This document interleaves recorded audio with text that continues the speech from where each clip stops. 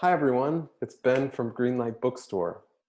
Thanks for tuning in to the first Authors Spill the Beans video. So while we're all stuck at home, I thought it could be fun to hear from some authors who are writing for kids, for you. Honestly, these are people that are usually stuck at home writing books, even when there isn't a global pandemic. Today we're going to talk about biographies specifically, and we have one biographer who's joining us. Her name is Debbie Levy, and she wrote a picture book you may have heard of and might have in your house called Dissent. I have to admit I'm biased when it comes to Debbie Levy because she is also my mom. Biography is really something that we can all take part in. We all know people in our lives that are special and real and often just a phone call away. So while we talk to Debbie, mom, today, I thought you could keep in the back of your mind who's someone that I really look up to and really respect and could write even just a short piece about that brings to light something about their life or something important I want to say about them. Could be a grandparent, it could be a friend, it could be your own mom or dad. Hi mom, welcome to Authors Spill the Beans. Hi Ben, I'm happy to be here. So we're talking about biographies today, and you have written quite a few of these in your life as an author. You wrote a picture book called I Dissent about Supreme Court Justice Ruth Bader Ginsburg, and the one we'll be talking mostly about today, you wrote a book called Becoming RBG, which is also about Ruth Bader Ginsburg, and for middle graders around grades 5 to 8, would you say? Yes, that's about right. So, Ruth Bader Ginsburg, tell us who she is. Ruth Bader Ginsburg is the second woman to serve on the Supreme Court of the United States. And before that, she spent a career fighting for equality between girls and boys, men and women in school and sports and in the workplace. So the first thing I want to know is when you're writing a biography, and especially one about someone as esteemed and famous as Ruth Bader Ginsburg, where do you start? Where do you get your information? I do research into newspaper articles, magazines, videos, audio, and if possible, in-person interviews. So did you get to interview Ruth Bader Ginsburg in person? I did get to interview Justice Ginsburg in person. What was that like? That was a very exciting day in my life. Our time together shows what's so great about an in-person interview. That is, I got a sense of her as a person. I learned what a tremendous memory she has. I remember my grandmother trying so hard to be able to write her name so that she could become a citizen, but she did. And I learned things that I hadn't seen anywhere in any of my other research and that I would not otherwise have learned. For example, we got to talking about how when she was in 7th grade, she'd come home from school for lunch.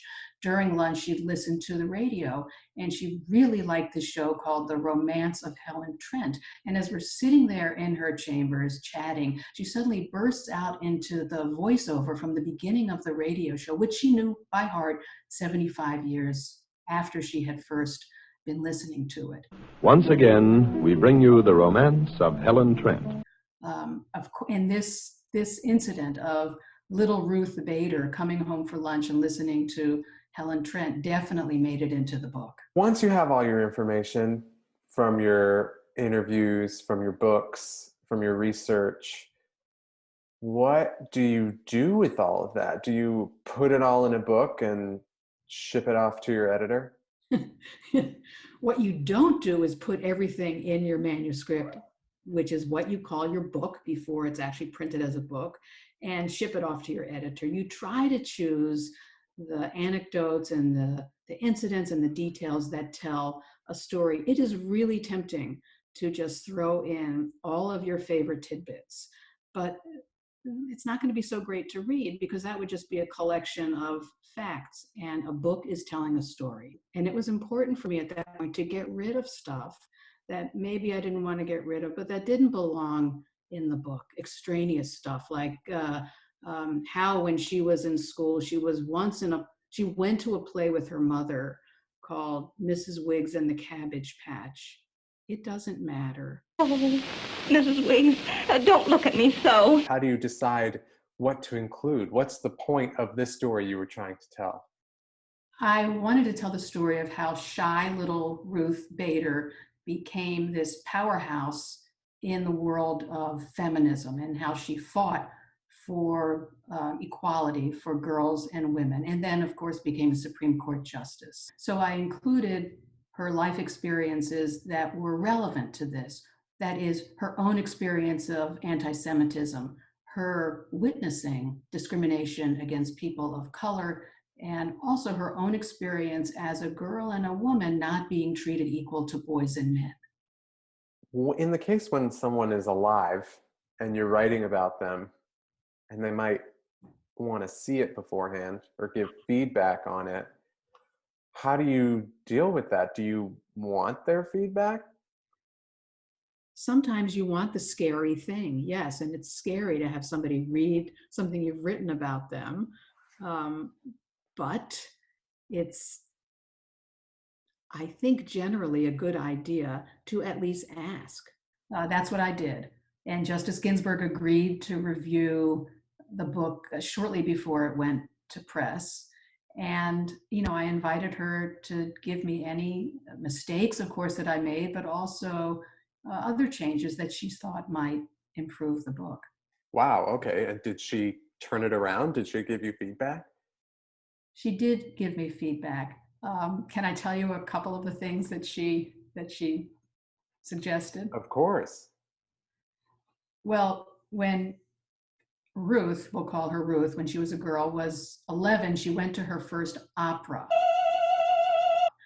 Opera became very important to her throughout her life to this day. This opera, I knew that it was La Gioconda. I knew that it moved her very much. And in our interview, we talked a lot about opera, generally how it affects her. So then when I went to write the story, I wrote, and I'm just going to read, that she's sitting there in the audience, experiencing La Gioconda, and she says she feels the story so funny, so sad. And Justice Ginsburg writes in the margin, there is nothing funny about La Gioconda, because there's not. It's not funny at all. But I'm so ignorant of opera, and I had not done my research on that. And I was so glad to have that change. So that seems sort of like a small change. Important to not have something be wrong, but were there any bigger changes she made that really had a more lasting impact on the meaning of the book? She asked for a change, because of course that's what she was doing, making suggestions, and I took her suggestions. She changed the last word in the book. I had ended the book by saying that she worked to uphold the promise of equality in the Constitution.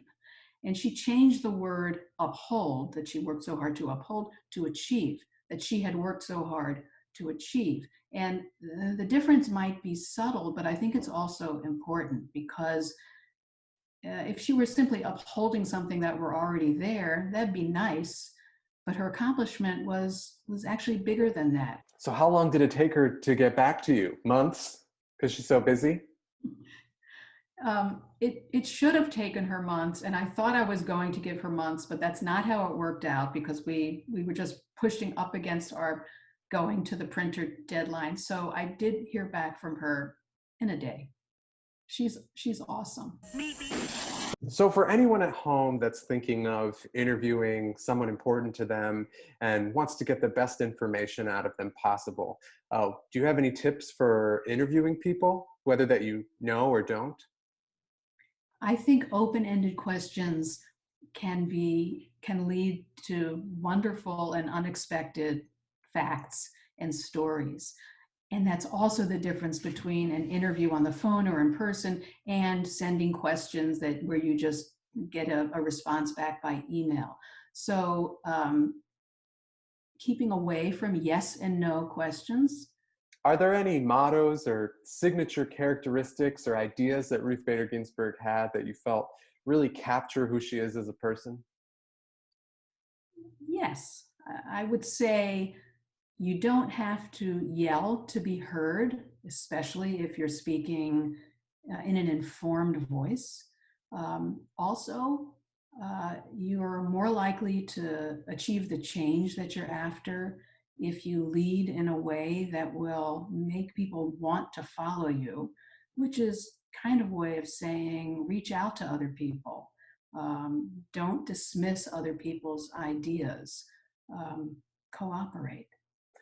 All right, well, thank you so much for joining us again, Mom. And thanks everybody for watching. If you have any questions that you want to post as comments to this video that you want me to ask Debbie Levy, author Debbie Levy, about any of the books of hers that you've read, Dissent, Becoming RBG, please post them and I'll address them in the next video. And if you'd like to buy any of the books we talked about today, you can go to greenlightbookstore.com. We are still fulfilling online orders and can ship them right to your door. All you have to do is search Becoming RBG or any of the other books we talked about, add it to your cart and complete your order, and we'll send it right to you. It's a great way to support independent bookstores. Greenlightbookstore.com. Thank you so much again, Mom, for doing this. I really appreciate it.